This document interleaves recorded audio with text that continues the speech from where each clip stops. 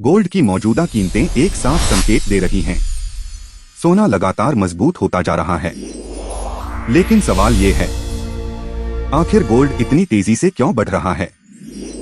जब भी global uncertainty बढ़ती है, इन्फ्लेशन, जियोपॉलिटिकल टेंशंस और interest rate uncertainty, investors risky assets से निकलकर कैपिटल प्रोटेक्शन की ओर बढ़ते हैं।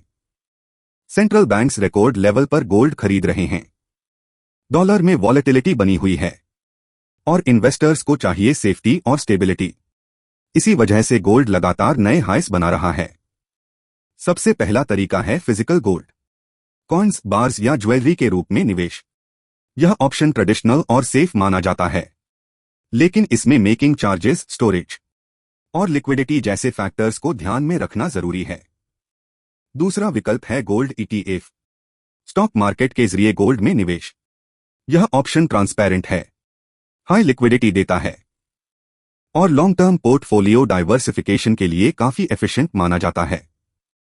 तीसरा विकल्प है डिजिटल गोल्ड, जहां आप 100 रुपए जैसे छोटे अमाउंट से भी इन्वेस्टमेंट शुरू कर सकते हैं।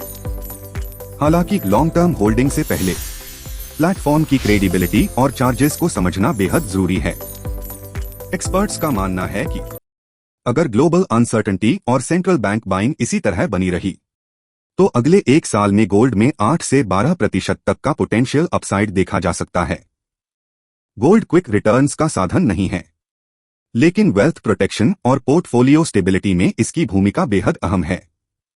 इसीलिए डीजीएन कैपिटल मैनेजमेंट में हम मानते हैं, एक बैलेंस्ड पोर्टफोलियो में गोल्ड को नजरअंदाज नहीं किया जाना चाहिए।